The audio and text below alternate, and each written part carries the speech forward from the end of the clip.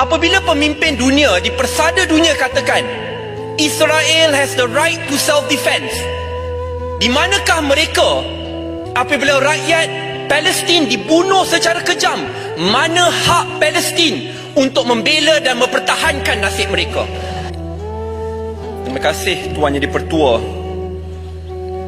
Realiti pada hari ini, rakyat Palestin sedang hidup di dalam penjara terbesar di dunia.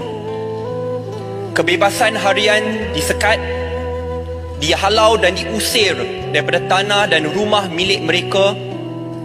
Elektrik dan air dikawal oleh pemenjara mereka, iaitu Israel. Mereka setiap hari tidur dalam ketakutan. Pada bila-bila masa, pagi dan malam boleh dibedil oleh bom. Pada bila-bila masa, the occupiers boleh ketuk, hentam pintu, usir mereka daripada rumah yang baru dibina. Realitinya mereka sedang hidup dalam ketakutan 24 jam, 7 kali seminggu selama berdekad-dekad lamanya. Perkara ini bukanlah perkara yang baru timbul dan muncul beberapa minggu yang lepas.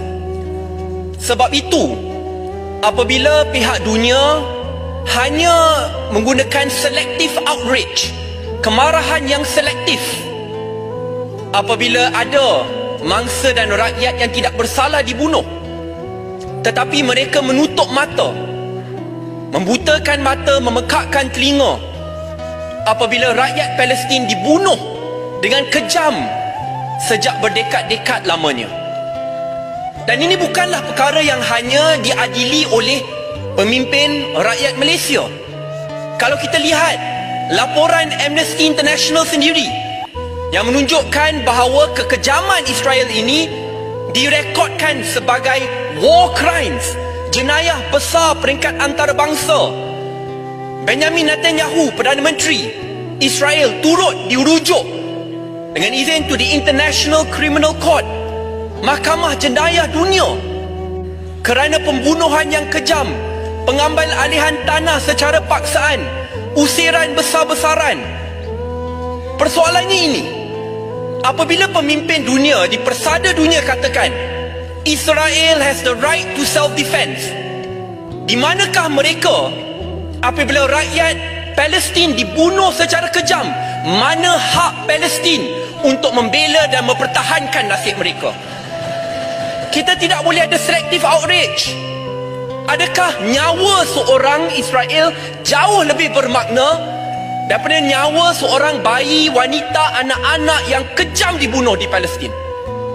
Sebab itu Tuan Yang di-Pertua, saya ingin memaklumkan dalam dewan ini kita tidak boleh ada selective outrage ini.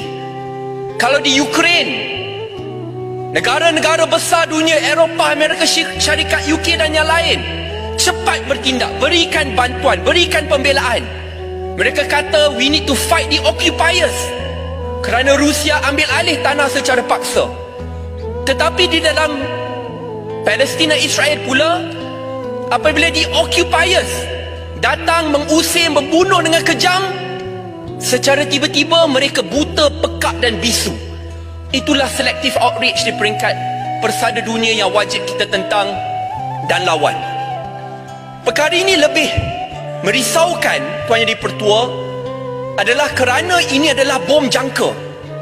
Bom jangka ini berdekad-dekad lama, tetapi lebih spesifik sejak 2-3 tahun yang lepas, apabila tanah-tanah yang sebelum ini, I'm not talking about pre-1960s, yang telah dibina rumah-rumah orang Palestin, secara tiba-tiba illegal occupiers sedikit demi sedikit mengambil alih tanah bumi Palestin yang semakin lama semakin kecil.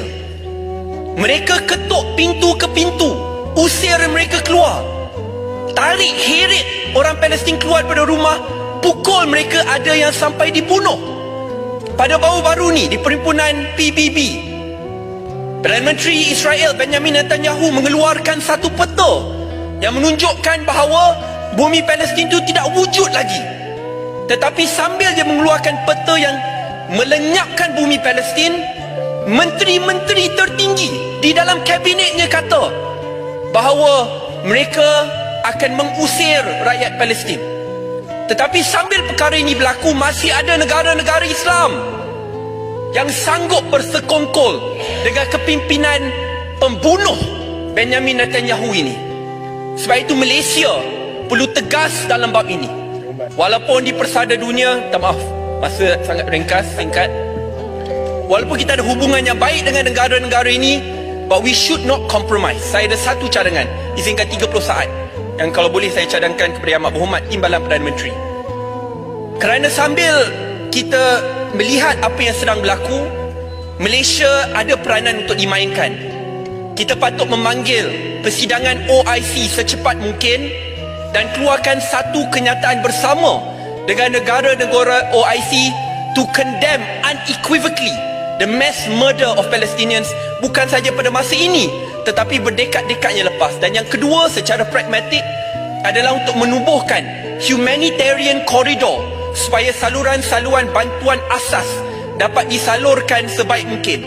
Kerana Tuan Yang di-Pertua, sambil kita selesa di dalam dewan ini, sambil mereka sedang berperang, negara Israel telah pun memutuskan elektrisiti, air, sumber asas kepada rakyat Palestin yang tidak bersalah langsung.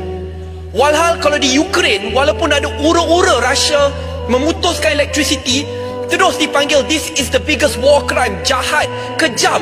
Tetapi apabila negara Israel memutuskan elektrisiti, air, asas untuk orang hidup, hospital dibedil, hancur, satu bangunan dihancurkan, masjid yang dibina oleh Malaysia hancur, dilenyapkan begitu saja. Tapi tak ada pun mereka kata this is a war crime.